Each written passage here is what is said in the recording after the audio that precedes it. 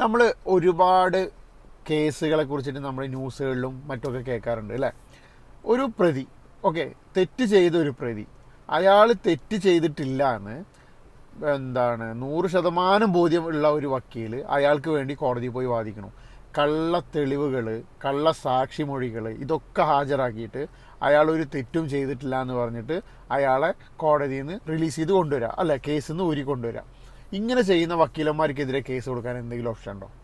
കാരണം വക്കീൽ കോടതിനെ തെറ്റിദ്ധരിപ്പിക്കില്ലേ ചെയ്യണത്, അല്ലേ? കോടതിനെ പറ്റിച്ചിട്ട് ഒരു കുറ്റവാളിനെ ഇറക്കി കൊണ്ടുവരിക. ഞാൻ ഇതിനെക്കുറിച്ച് മുന്നൊരു വക്കീലിനോട് ചോദിച്ചിട്ടുണ്ടായിരുന്നു.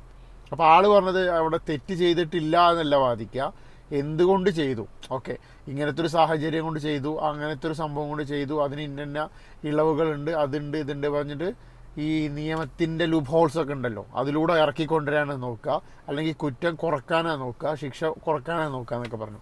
പക്ഷെ അങ്ങനെയല്ലല്ലോ. ഇപ്പോൾ റീസെൻ്റ്ലി പാലത്തായി ഒരു പീഡന കേസൊക്കെ, അതൊക്കെ ഒരുപാട് അട്ടിമറിക്കാൻ ശ്രമിച്ച് ആ സംഭവം നടന്ന ദിവസം സ്കൂളിൽ അധ്യാപകൻ ലീവാന്നൊക്കെ വരുത്തി, അതൊക്കെ ഒരു വക്കീലിൻ്റെ അഡ്വൈസിനനുസരിച്ച് ചെയ്യാനായിരിക്കുമല്ലോ അതൊക്കെ. ഓക്കെ, അപ്പോൾ ഇതുപോലെ ചെയ്യുന്ന വക്കീലന്മാർക്കെതിരെ ഒരു നടപടിയെടുക്കാൻ നമ്മുടെ നാട്ടിലൊരു ഇതുമില്ലേ? ഇപ്പോൾ പണ്ട് ഇതുപോലെ സൗമ്യ വധക്കേസിലൊക്കെ നമ്മൾ കണ്ടു, ആളൂരിനെ പോലത്തെ വക്കീലന്മാരൊക്കെ വന്നിട്ട് അവർക്കുള്ള ശിക്ഷൻ്റെ ഓരോന്ന് പറഞ്ഞിട്ട് അതിൻ്റെ കനം കുറക്കുക. അത് പിന്നെ നമുക്ക് ഓക്കെ എന്ന് വെക്കാം, കനം കുറക്കുക, അതിന് നമ്മുടെ നിയമം അങ്ങനെയാണ്. ഓക്കെ, തെറ്റ് ചെയ്തവർക്കും അവർക്ക് ഭാഗം ന്യായീകരിക്കാനൊരു ഓപ്ഷൻ ഉണ്ട്. പക്ഷെ തെറ്റ് ചെയ്തു എന്ന് 100% ഉറപ്പുണ്ടായിട്ട് അത് ചെയ്തിട്ടില്ല എന്ന് വരുത്തി തീർക്കുന്ന വക്കീലന്മാരെ എന്ത് ചെയ്യണം? അങ്ങനെയുള്ള വക്കീലന്മാരുള്ള ധൈര്യത്തിലാണല്ലോ ഓരോരുത്തർ പലരും തെറ്റ് ചെയ്യുന്നത്. അപ്പം നമ്മുടെ നാട്ടിൽ എല്ലാ തെറ്റിനും ശിക്ഷയുണ്ട് അല്ലേ? എല്ലാ തെറ്റിനും നമ്മുടെ നാട്ടിൽ യഥാർത്ഥ കറക്റ്റ് കണ്ണിങ്ങായിട്ട് ശിക്ഷ കൊടുക്കുന്നുണ്ട്. പക്ഷേ കോടതി ഇത് പ്രൊസീജിയേഴ്സ് അതൊക്കെ കഴിഞ്ഞ് വിധിക്ക് എത്താൻ കുറേ സമയം എടുക്കുന്നുണ്ട്.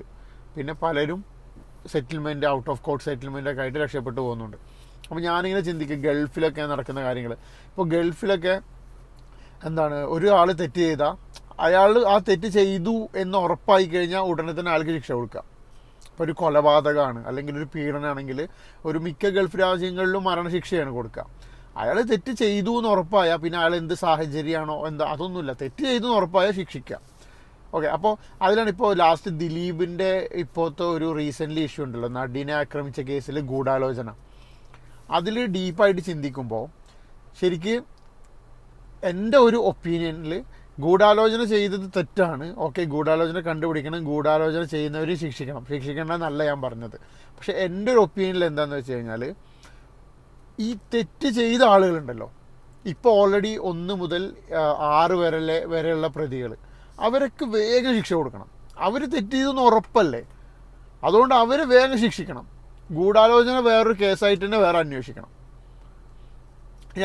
ഇങ്ങനെ പറയാനുള്ളൊരു കാരണം എന്താണെന്ന് വെച്ച് കഴിഞ്ഞാൽ, ഇപ്പോൾ ഞാനൊരു ബുദ്ധിയുള്ള ഒരു 18 വയസ്സായിട്ടുള്ള നമുക്ക് സ്വന്തം കാര്യങ്ങൾ ചിന്തിക്കാൻ ബോധമുള്ള ഒരു പൗരൻ. ഓക്കെ, എനിക്കറിയാം ഒരു പെൺകുട്ടിയെ ഞാൻ പീഡിപ്പിക്കാൻ പാടില്ല, അത് ആരുടെ വാക്ക് കേട്ടിട്ടും കൊട്ടേഷൻ കേട്ടിട്ടും ഞാനത് ചെയ്യാൻ പാടില്ല. അപ്പോൾ ഞാനത് ചെയ്യരുത്.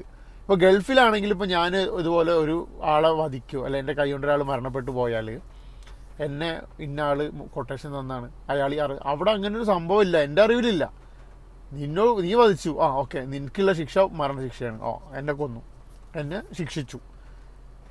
ഇപ്പോൾ ഫോർ എക്സാമ്പിൾ ഒരു കാര്യം പറയാം, എനിക്ക് ഒരാളോട് ദേഷ്യമുണ്ട്, എനിക്കൊരാളോട് ഭയങ്കര ദേഷ്യമുണ്ട്, എനിക്ക് അയാളെ കൊന്നേ തീരൂ, അത്രയും വൈരാഗ്യമുണ്ട്.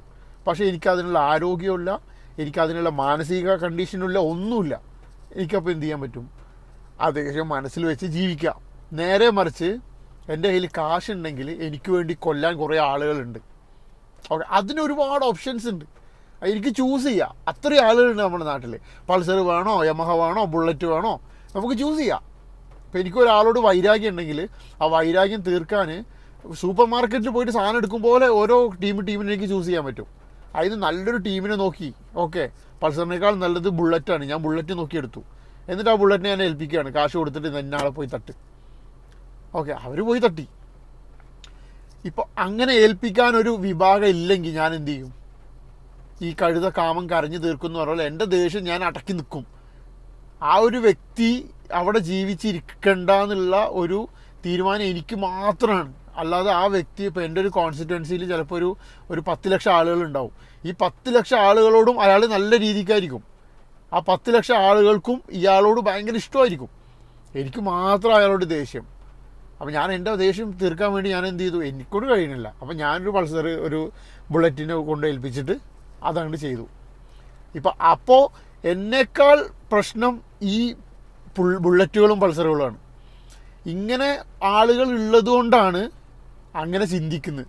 ഇല്ലെങ്കിൽ ഞാനത് ഇതാക്കി ഇത് ഞാൻ ഒരിക്കലും അയാൾ ന്യായീകരിച്ച് പറയല്ല. അയാളത് ചെയ്തിട്ടുണ്ടോ ഇല്ലയെന്ന് നമുക്ക് ഉറപ്പില്ല. ഓക്കെ, ഇതുവരെ ഉള്ള അറിവ് വെച്ചിട്ട് അയാൾ ചെയ്തിട്ടുണ്ട് എന്ന് തന്നെയാണ് ഞാനും വിശ്വസിക്കുന്നത്.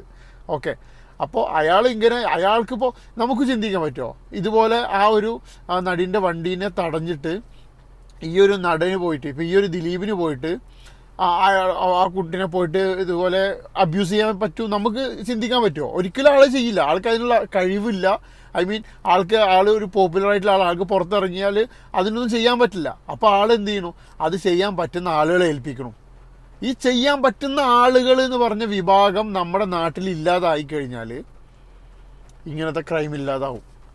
അതിനാണ് ഗൾഫിലൊക്കെ ഇപ്പോൾ നമ്മൾ പലപ്പോഴും കണ്ടിട്ടുണ്ട്, മറ്റേ ഓരോ അന്യനാട്ടിൽ നിന്ന് വരുമ്പോൾ ഓരോ ഗൾഫ് രാജ്യത്ത് നിന്ന് മറ്റേ മയക്കുമരുന്ന് പിടിച്ചു, കയ്യോടെ വിചാരണ കഴിഞ്ഞാൽ അവരെ വധിച്ച് ശിക്ഷ. അത് എനിക്ക് ഇന്നാൾ തന്നു, മറ്റാൾ വാങ്ങി, ഒന്നുമല്ല, നീ എന്താ പൊട്ടനാണോ, അത്രേ അവർ ചോദിക്കുള്ളൂ.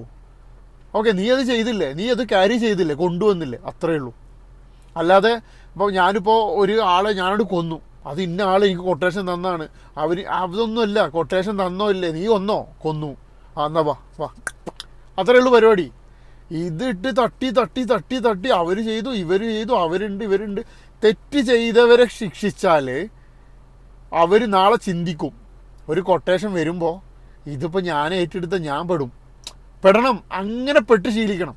അപ്പോൾ ഇന്നലെ കോടതി ചെയ്തത് ഇനി അതിനിട്ട് താലോലിച്ച് അവിടെ തട്ടി ഇവിടെ തട്ടി അവരെ ഇങ്ങനെ പോവും. ഇനി അത് ഗൂഢാലോചന മറ്റൊരു കേസായിട്ടൊക്കെ എനിക്കറിയില്ല, ഞാൻ അറിയണത് വെച്ചിട്ട് പറയുന്ന.